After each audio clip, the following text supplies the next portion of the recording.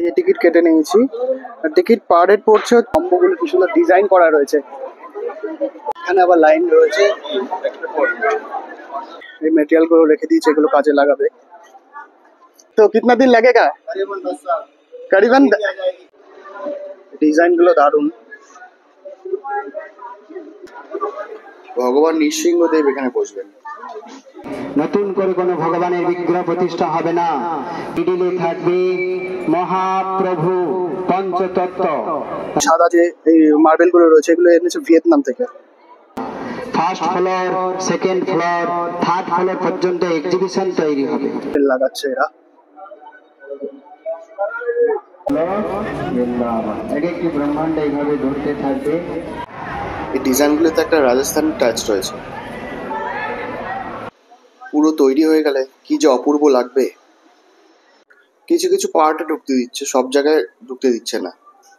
Middle থেকে নিচে দেখতে পাচ্ছেন এই ঝাড়বাতিটি উপর থেকে ঝোলানো থাকবে। উপরে যে সুদর্শন চক্র রয়েছে ওটা 23 ফুট রাশিয়া থেকে আসছে। নমস্কার বন্ধুরা, আমি এখন চলে এসেছি শ্রী মায়াপুর ধামে। আর এখানে তৈরি হচ্ছে বিশ্বের সবচেয়ে বৃহত্তম বৈদিক টেম্পেল। আজকে সেই বৈদিক টেম্পেলই নির্মাণ কার্য কতদূর এবং কিরকম প্রকার কাজকর্ম চলছে তা আপনাদের সামনে তুলে ধরবো। আর তার সাথে আপনাদের জানাবো যে এখানে প্রবেশের জন্য টিকিট কত টাকা লাগে এবং কোথা দিয়ে টিকিট কাটতে হয় এবং টাইমিং সব A to Z ইনফরমেশন আপনাদের দেবো। তো ভিডিওটি স্কিপ না করে দেখতে থাকুন। মায়াপুরের যে পদ্মভবন রয়েছে তার জাস্ট অপোজিটেই এই বড় গেটটা থেকে হচ্ছে মেইন এন্ট্রেন্স, এখান থেকে ঢুকতে দিচ্ছে। মন্দিরে যাওয়ার জন্য টিকিট কেটে এখানে লাইনে দাঁড়াতে হবে, তারপর সময় হলে একে একে ছাড়বে। 2010 সাল থেকে এই মন্দিরে কনস্ট্রাকশনের কাজ শুরু হয়। কথা ছিল 2016-তে কমপ্লিট করবে, কিন্তু এখনো আন্ডার কনস্ট্রাকশন রয়েছে। টিকিট পাওয়া যাচ্ছে এখানে, জাস্ট এখানে এই গাছের তলায় এখানে বসে আছেন প্রভু। এখানে টিকিট দেওয়া হয় একজন 50 টাকা, 50 টাকা করে টিকিট। 12:30 থেকে 1টা পর্যন্ত, মানে টাইমিং 12:30 থেকে 1টা পর্যন্ত। মন্দিরে প্রবেশ করার জন্য বিভিন্ন মর্নিং স্লট রয়েছে, ইভিনিং স্লট রয়েছে। তো মর্নিং এর আবার 4টে স্লট রয়েছে, 10:30 থেকে 11টা থেকে 12টা থেকে 12:30 থেকে, মানে সব 30 মিনিট করে। আর বিকেলে হচ্ছে ইভিনিং হচ্ছে 3:45 থেকে 4টে থেকে 5টা থেকে এবং হচ্ছে 5:30 থেকে। এই 4টে স্লট রয়েছে। টিকিট কেটে নিয়েছি পার পার্সন 50 টাকা করে, মানে একজনের 50 টাকা। এখন আস্তে আস্তে ছাড়ছে, মানে ঢুকতে দেওয়া শুরু করেছে। এখন 11:30 বাজে, মানে আর 30 মিনিট আমাদের থাকতে হবে, মানে 1টা পর্যন্ত এই ভেতরে যা যা দেখার দেখতে দেবে, তারপরে আমাদের 1টায় আবার বেরিয়ে আসতে হবে।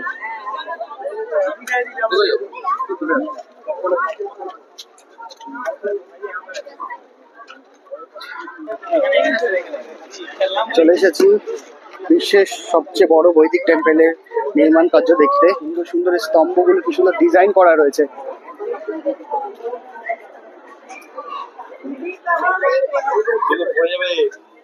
হ্যাঁ, আবার লাইন রয়েছে।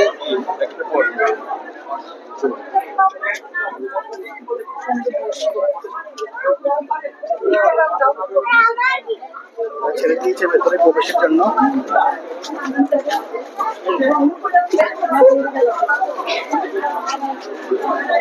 রয়েছে মানে সিঁড়ি রয়েছে, তো এখান থেকে আবার ওপরে উঠতে হচ্ছে।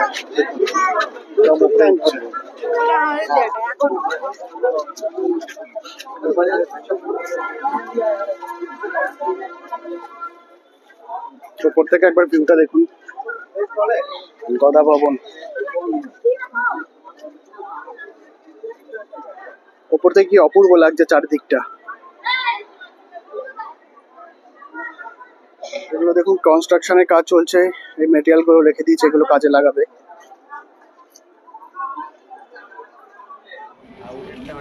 প্রায় 3 লাখ স্কোয়ার ফিট এরিয়া জুড়ে এই মন্দিরটি, আর 600 থেকে 700 ওয়ার্কার প্রতিদিন এখানে কাজ করে। ভেতরের ডিজাইনগুলো সব ইন্টারন্যাশনাল ডিজাইন, আর কিছু কিছু রাজস্থানি ডিজাইনও রয়েছে। দেখুন, কনস্ট্রাকশনের জন্য এখন এই লোহার জিনিসগুলো বেঁধে রাখা হয়েছে, মানে এগুলোর ওপর চড়েই হচ্ছে ওয়ার্কার্সরা কাজ করছে। মন্দিরের প্রভু আমাদের গাইড হিসাবে ছিলেন, তিনিই সব ডিটেলসে মন্দির সম্পর্কে বলছিলেন। কেউ প্রবেশ করবেন না এবং মন্দিরের ওপরে কেউ ওঠার চেষ্টা করবেন করে আমরা যেই রাস্তা দিয়ে যাব সেভাবেই আসবেন। আবার মন্দির দর্শন হয়ে গেলে এই রাস্তা দিয়ে নামতে হবে, রিটার্ন এটাই সেম রাস্তা। প্লিজ কেউ এদিক ওদিক যাবেন না। হরে কৃষ্ণ। সবাই আস্তে আস্তে নিচের দিকে দেখে এগিয়ে আসুন। নিচে অবশ্যই আসবেন, ইলেকট্রিক কেবল আছে।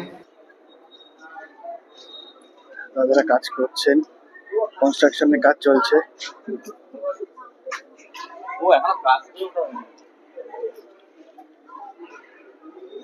पूरा 24 घंटे ही चलता है क्या? 12 घंटे चलता है। 12 घंटे।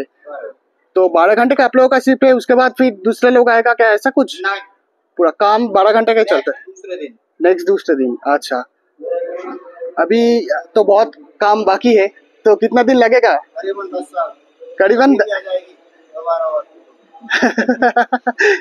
करीबन 10 साल। 10 साल। आप कहाँ से हो? आप राजस्थान से। राजस्थान। अच्छा, राजस्थान से, इसीलिए वो सब डिजाइन राजस्थान टच है। पूरा राजस्थानी करते हैं, हाँ, बाकी नहीं करते। आप लोग भी राजस्थान? राजस्थान। अच्छा अच्छा अच्छा, बढ़िया है।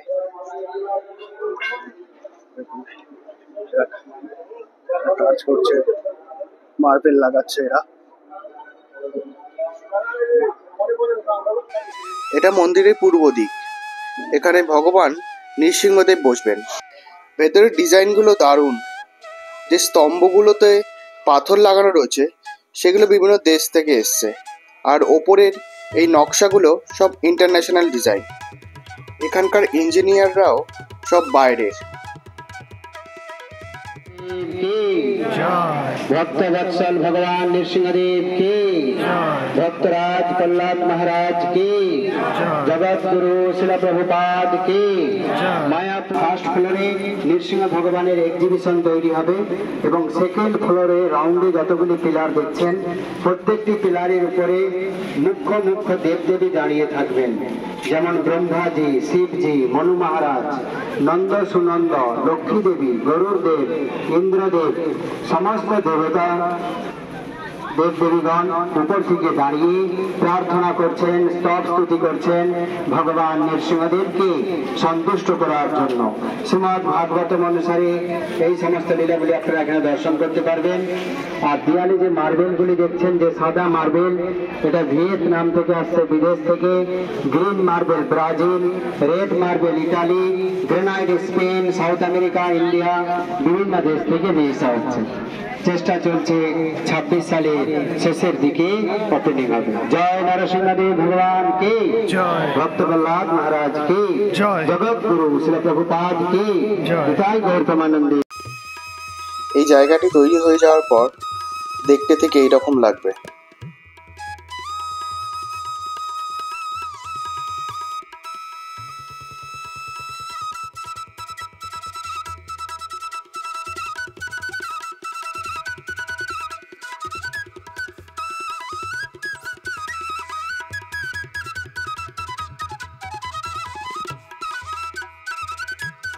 বাইরে থেকে মন্দিরের যে সব থেকে বড় চূড়াটি দেখতে পাওয়া যায় তার ভেতরটা হচ্ছে এটি। কত উঁচু আর বিশাল এরিয়া নিয়ে এই জায়গাটি। মন্দির তৈরি হওয়ার পর মেন এন্ট্রান্সে ঢুকলে প্রথমেই এই জায়গাটি পড়বে।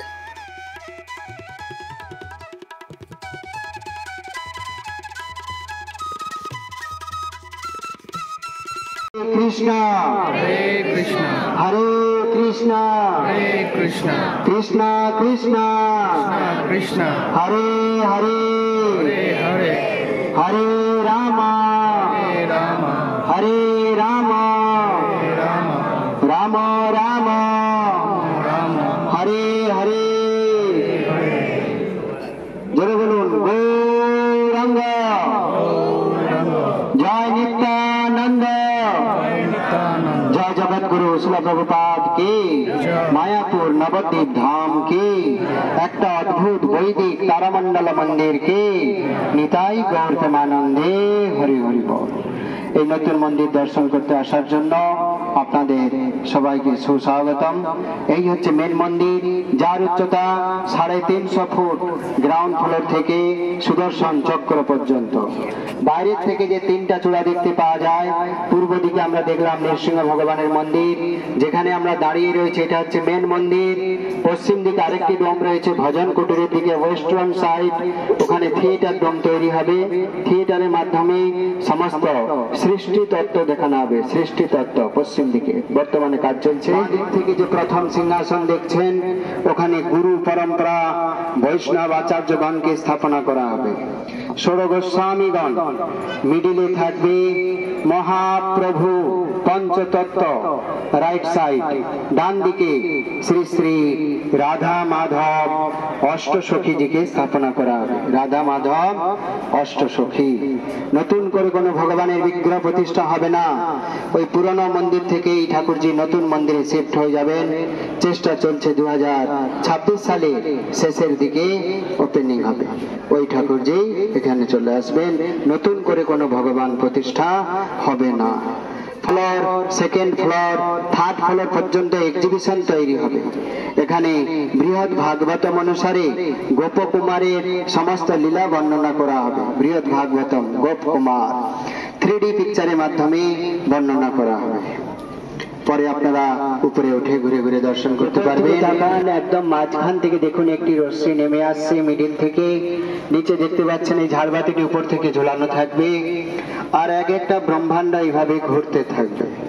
শ্রীমদ্ ভাগবতম অনুসারে আপনারা এখানে দেখতে পাবেন 14 ভুবন, 14 স্টেপ। আমরা রয়েছে পৃথিবীর মাঝখানে, যেটাকে বলা হয় মর্তলোক। আসলে কিন্তু এটা মৃত্যুলোক। এখানে সবাইকেই এক না একদিন মরতেই হবে। মৃত্যুলোকে রয়েছে আমরা। আমাদের উপরে আছে 7 প্ল্যানেট, নিচে আছে 7 প্ল্যানেট। উপরে যে 7টা লোক রয়েছে, ভূ, ভুব, স, জন, তপ, মহা, সত্য। তারপরে আছে চিন্ময় ধাম, যেখানে থাকেন ভগবান বিষ্ণু। বৈকুণ্ঠ ধাম যেটাকে বলা হয়। সবার উপরে আছে রাধা কৃষ্ণের ধাম, গোলক, বৃন্দাবন। গোলক, বৃন্দাবন। এক একটা ব্রহ্মাণ্ড এইভাবে ঘুরতে থাকবে, যাতে মানুষ পরিষ্কার বুঝতে পারে যে আমাদের উপরে কটা লোক রয়েছে। দেবদেবী কোথায় থাকেন, শিবজি কোথায় থাকেন, ব্রহ্মাজি কোথায় থাকেন, ঋষিমুনি লোক কোথায় থাকেন, ভগবান বিষ্ণু কোথায় থাকেন এবং রাধা কৃষ্ণ কোথায় থাকে, আপনি এখান থেকে পরিষ্কার বুঝতে পারবেন। নিচে থেকে ঝাড়বাতিটি উপর থেকে ঝুলানো থাকবে, আর এক একটি ব্রহ্মাণ্ড ঘুরতে থাকবে। নিচে আছে 7 প্ল্যানেট, তল, অতল, ভূতল, সুতল, মহাতল, তলাতল, রসাতল। সেগুলো 3য় নম্বর ডোমে থিয়েটারের মাধ্যমে বর্ণনা করা হবে। এই প্ল্যানেটোরিয়াম দেখানোর উদ্দেশ্য হচ্ছে ভালো কর্ম করলে প্রমোশন, খারাপ কর্ম হলে ডিমোশন। এই জন্য এই মন্দিরের নাম দেওয়া হয়েছে TOVP, টেম্পল অফ বৈদিক প্ল্যানেটোরিয়াম। একটা অদ্ভুত বৈদিক তারামণ্ডল মন্দির, যেটা আর কোনো মন্দিরে দেখানো হয় না। তো এখন আপনি ডিসাইড করুন আপনি কোথায় যেতে চান। আপনার সিদ্ধান্ত অনুসারে সেই লোকে আপনি পৌঁছাবেন। এক অদ্ভুত বৈদিক তারামণ্ডল মন্দির। তো এই মন্দির কোনো সাধারণ মন্দির নয়। এই মন্দিরের ভবিষ্যৎবাণী করে গিয়েছিলেন আজ থেকে প্রায় 535 বছর আগে নিত্যানন্দ প্রভু। স্বয়ং বলরামজি যখন এই নবদ্বীপ ধাম মন্ডল পরিক্রমা করছিলেন জীব গোস্বামী আচার্যকে নিয়ে, তো জীব গোস্বামী আচার্যকে বলে গিয়েছিলেন নিত্যানন্দ প্রভু যে দেখো হে জীব, এইখানে এক অদ্ভুত মন্দির হইবে প্রকাশ, গৌরাঙ্গের নিত্য সেবা হইবে বিকাশ। আজকে সেই অদ্ভুত মন্দির আমরা জগৎগুরু শ্রীল প্রভুপাদজি কৃপায় দর্শন করতে পারছি। ভাববেন না এটা কোনো সাধারণ মন্দির, এ কোনো সাধারণ মন্দির নয়। জয় নিত্যানন্দ প্রভু কি, শ্রী গৌরাঙ্গ মহাপ্রভু কি, মায়াপুর নবদ্বীপ ধাম কি, একটা অদ্ভুত বৈদিক তারামণ্ডল মন্দির কি, নিতাই গৌর প্রেমানন্দে। তো এই মন্দিরের এটাই হবে মন্দিরের ফ্রন্ট ভিউটা। মানে ওইদিকে যে ওই সিঁড়িটা রয়েছে ওটা এন্ট্রান্স, আর এইদিকে এটাতে এক্সিট হবে।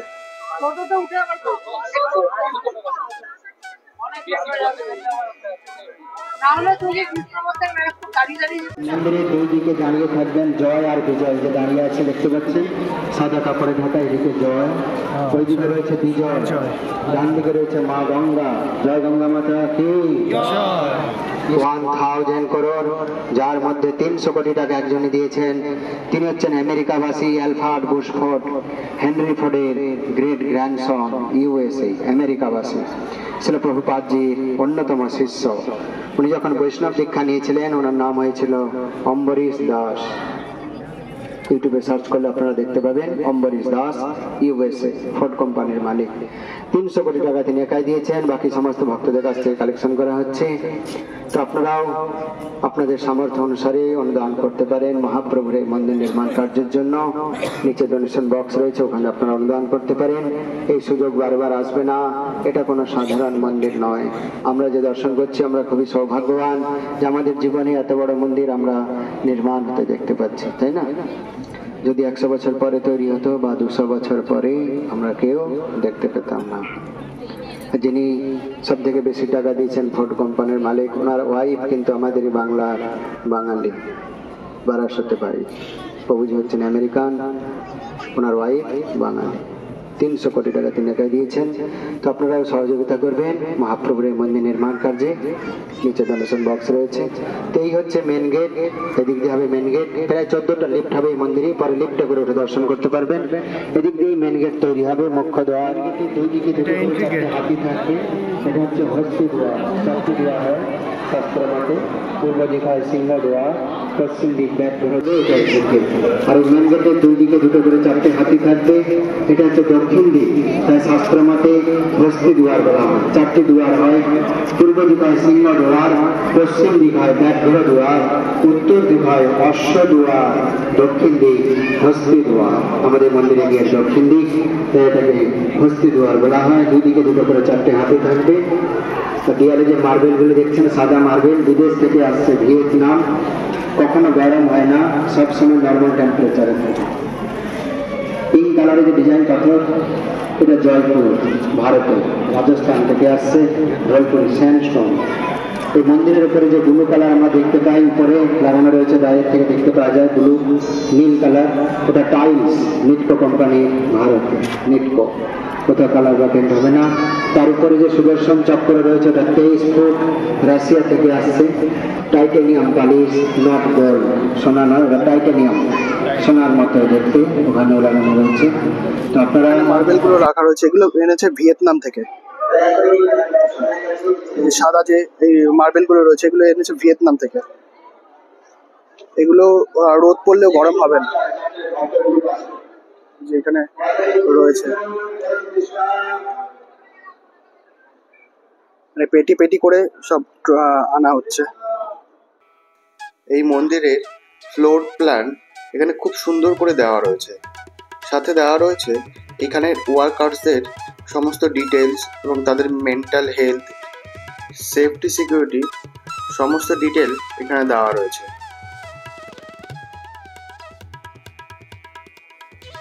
ভেতরেও সব জায়গায় ঢুকতে দিচ্ছে না, দেখুন এরকম ব্যারিকেড দেওয়া রয়েছে।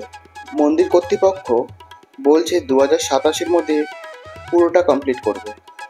ফান্ডিংয়ের একটু প্রবলেম হয়ে গেছে, তাই ফান্ডিং যত তাড়াতাড়ি হবে মন্দিরও তত তাড়াতাড়ি তৈরি হয়ে যাবে। কি সুন্দর এই জায়গাটা। দরজার পাশে এই যে ডিজাইনগুলো রয়েছে এগুলো সব রাজস্থানি ডিজাইন। ইটের গায়ে কি সুন্দর লেখা রয়েছে শ্রীকৃষ্ণপুর।